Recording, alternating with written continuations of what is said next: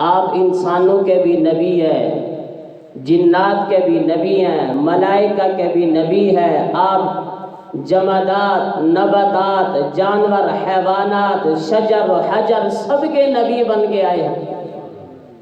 آپ حیران ہوگے کہ آپ شجر حجر کے کیسے نبی ہیں؟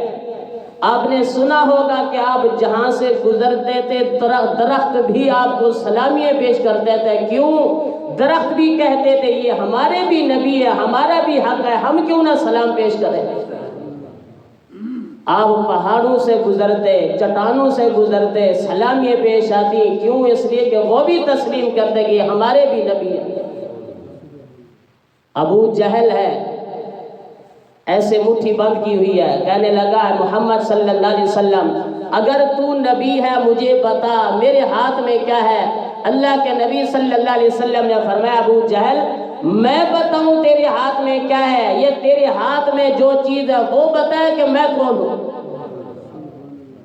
ابھی یہ باتیں ہو رہی تھی، ابو جہل کے ہاتھ میں جو کنکر تھی وہ کہنے لگی اشہد ان لا الہ الا اللہ واشہد ان محمدن عبدہ ورسولہ۔ اس نے نبوت کا، اس نے نبی کو تسلیم بھی کیا، اس کا کلمہ بھی پڑھا، شہادت دینا شروع کر دیا۔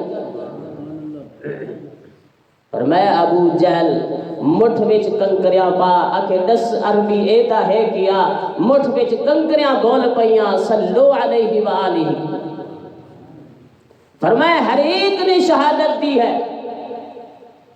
یہودی ہے مری ہوئی گولے کے آیا، کہنے لگا محمد صلی اللہ علیہ وسلم اگر یہ زندہ ہو گئی میں تیری نبوت کو ماننے کے لیے تیار، میں تیرے ہاتھ پر بیعت کروں گا، نقش قدم پہ چلوں گا۔ محبوب صلی اللہ علیہ وسلم نے جیسے فرمایا یا آدم قم باذن اللہ، اللہ کے حکم سے کھڑی ہو جا۔